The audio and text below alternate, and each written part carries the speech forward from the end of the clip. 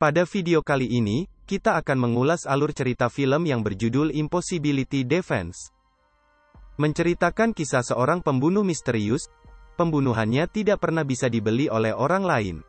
Berbeda dengan pembunuh biasanya, pria ini membunuh orang lain dengan kekuatan yang bernama sugesti. Apakah kasus pembunuhan yang dilakukannya akan terungkap oleh pihak kepolisian? Ayo kita simak videonya. Film ini diperankan oleh Tori Matsuzaka sebagai Tadashi Usobuki. Usobuki membunuh orang lain dengan kekuatannya yang bernama sugesti. Kekuatan sugesti ini mengontrol pikiran orang lain dan membawanya ke ilusi yang dibuat Usobuki.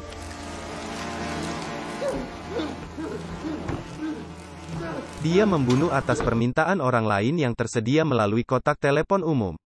Usobuki menerima permintaan untuk membunuh tanpa dipungut biaya, tetapi hanya menerima keaslian dan kemurnian dari pembunuhnya.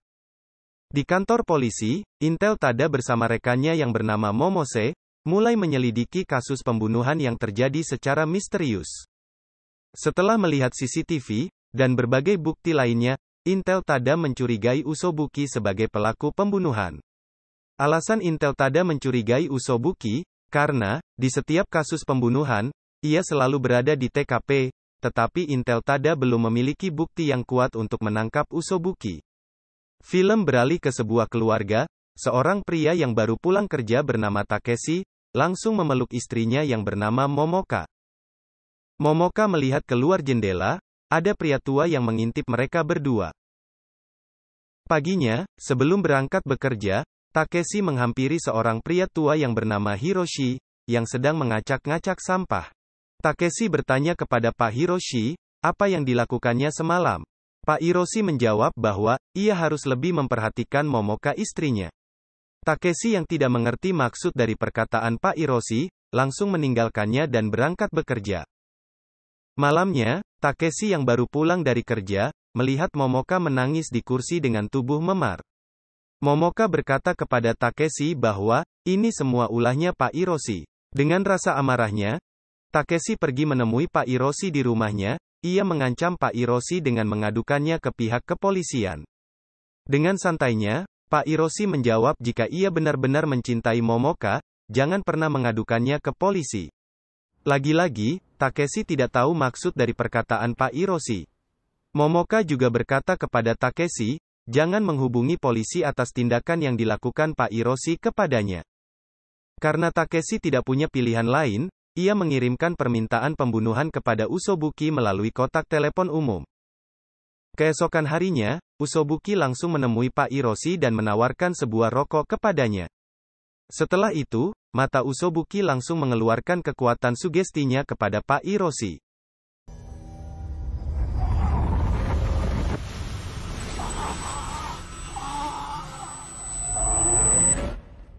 Tiba-tiba, tubuh Pak Hiroshi menjadi lemas dan meminum air putih yang dibawanya. Setelah meminumnya, dia melihat ke air yang diminumnya tadi, seketika berubah menjadi tumpukan puntung rokok. Seketika Pak Hiroshi merasa sesak nafas, dan semuanya akibat dari kekuatan sugesti milik Usobuki. Sebelum meninggal, Pak Hiroshi berwasiat kepada Usobuki. Ia harus melihat Momoka yang melakukan hal buruk. Beberapa saat kemudian, Usobuki menemui Takeshi dan memberikan bungkusan dari sampah yang telah dipungut Pak Hiroshi. Takeshi membuka bungkusan yang diberikan Usobuki kepadanya, ia kaget dengan isi bungkusan tersebut, lalu bergegas pulang. Ketika tiba di rumah, Takeshi terkejut dengan kelakuan istrinya yang sedang pesta narkoba bersama teman-temannya. Dengan rasa amarahnya, Takeshi memukuli teman Momoka dengan asbak, hingga mereka semua tewas. Melihat yang dilakukan Takeshi kepada temannya, Momoka mengambil pisau dan menusuk suaminya sendiri. Lalu Takeshi membalas dengan memukulkan asbak ke kepala Momoka. Hingga mereka tewas semuanya di rumah Takeshi. Jadi, yang dilakukan Pak Hiroshi saat itu, ia hanya menghentikan Momoka dari narkoba, bukan berbuat jahat kepada Momoka. Dari luar, Usobuki melihat semua kejadian yang menggenaskan itu. Ketika Intel Tada menyelidiki kasus kematian di rumah Takeshi, ia bertemu dengan Usobuki. Lalu polisi membawanya ke kantor untuk diinterogasi. Awalnya mereka hanya mencari tahu, mengapa Usobuki selalu berada di TKP. Tetapi Usobuki menyadari, polisi akan menahannya. Usobuki berkata kepada Intel Yome, bahwa bukan dia pelaku yang menyebabkan pembunuhan tersebut. Kemudian Usobuki mengeluarkan sugestinya kepada Intel Yome.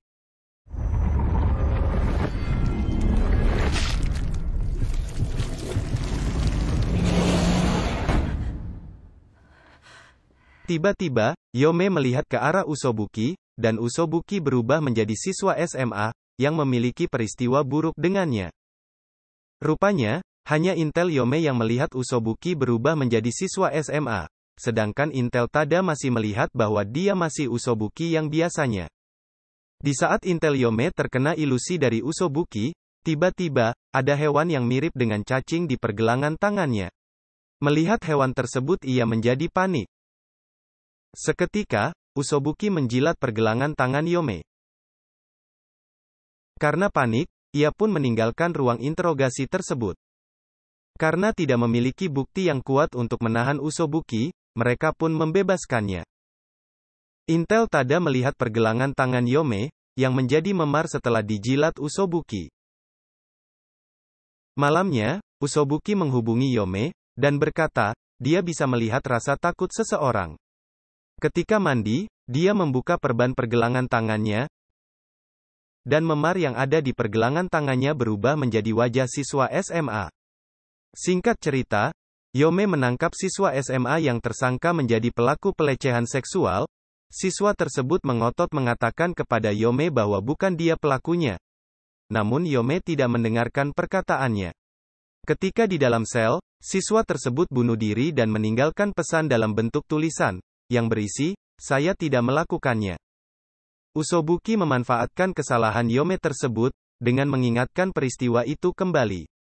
Ketika pergelangan tangan Yome berubah menjadi wajah siswa SMA, ia pun panik dan langsung memotong pergelangan tangannya sendiri. Intel Yome tewas karena kehabisan darah. Esoknya, Intel Tada menyelidiki kasus kematian Yome, dan menemukan keanehan dari jasadnya. Mengapa Yome memotong pergelangan tangan yang dijilat oleh Usobuki? Alur film beralih kepada petugas investigasi, yang bertemu dengan Usobuki di taman. Rupanya, kasus kematian Yome disebabkan oleh permintaan kepala investigasi kepada Usobuki. Alasannya, karena siswa SMA yang bunuh diri di sel itu adalah anak dari kepala investigasi, jadi dia ingin membalas dendam kepada Yome atas kematian anaknya.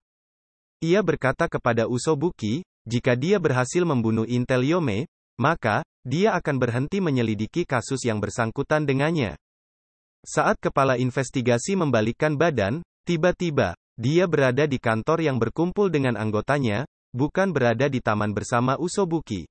Pak investigasi terkena ilusi dari Usobuki, sehingga ia mengatakan semua tentang kejahatannya di hadapan para Intel.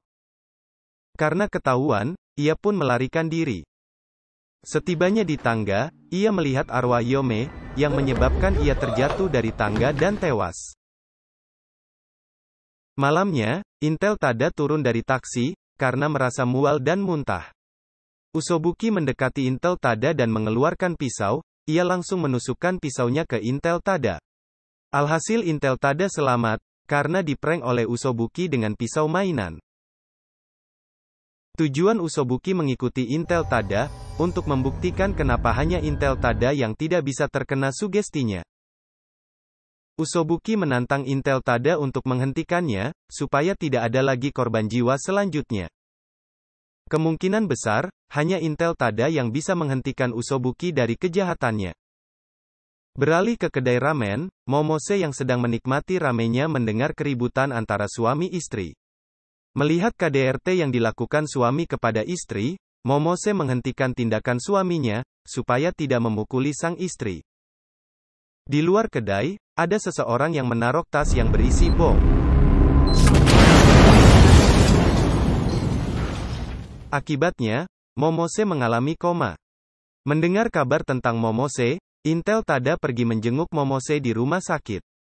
Di saat Intel Tada mau pulang, ia bertemu dengan seorang pria yang bernama Takeru. Takeru membawakan makanan dan minuman untuk Intel Tada. Ketika Intel Tada meminum air yang diberikan oleh Takeru, tiba-tiba Intel Tada pingsan. Kemudian, Takeru membawa Intel Tada ke suatu tempat. Di saat bersamaan, senior Takeru meminta Usobuki untuk membunuh Takeru. Ketika Intel Tada terbangun dari pingsannya, ia disuruh Takeru untuk memilih salah satu dari telepon yang berada di depannya. Takeru mengatakan, dua HP tersebut adalah dua bom yang terletak di tempat yang berbeda. Satu bom terletak di kamar Momose, sedangkan satunya lagi, terletak di taman kanak-kanak. Takeru mengakui kepada Intel Tada, kejadian pengeboman sebelumnya adalah perbuatannya. Intel Tada disuruh Takeru untuk memilih salah satu dari bom yang mau diledakkan. Belum sempat memilih, tiba-tiba, Usobuki datang untuk menjalankan perintah pembunuhan Takeru. Takeru yang telah mengenal siapa Usobuki, ia pun mencoba membunuhnya.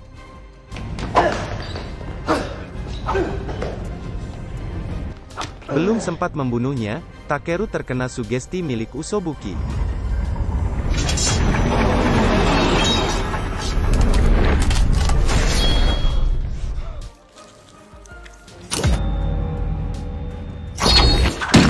Takeru berilusi bahwa tangannya tertusuk paku, padahal di tangannya tidak ada paku sama sekali. Intel Tada mencoba menghentikan keduanya, dengan menusukkan pisau kepada Usobuki dan memborgol Takeru. Lalu, Intel Tada pun pergi meninggalkan mereka berdua untuk mengamankan bom. Namun Takeru berhasil melepaskan dirinya, dan mencoba mengejar Intel Tada. Sedangkan Usobuki berdiri kembali, karena tusukan dari Intel Tada tidak mengenai organ vitalnya. Pertama-tama, Intel Tada pergi ke kamar Momose untuk menyingkirkan bom darinya. Di saat bersamaan, Takeru berusaha menghidupkan bom melalui telepon umum. Intel Tada mencoba menjauhkan bom tersebut dari kamar Momose. Ia melarikan bom tersebut ke atap rumah sakit.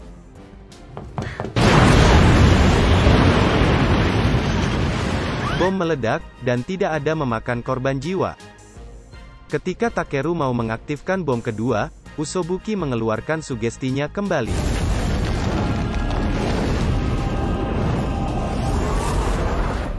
Bom yang awalnya berada di taman kanak-kanak, tiba-tiba berada di dekat Takeru.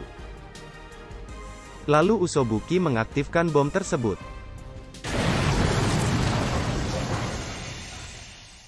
Film beralih ke Usobuki yang keluar dari rumah sakit, sambil memegang perutnya yang terluka. Dan Intel Tada berhasil menggagalkan rencana Takeru, secara tidak langsung dibantu oleh Usobuki. Setelah itu, permintaan pembunuhan berdatangan secara terus-menerus melalui kotak telepon umum.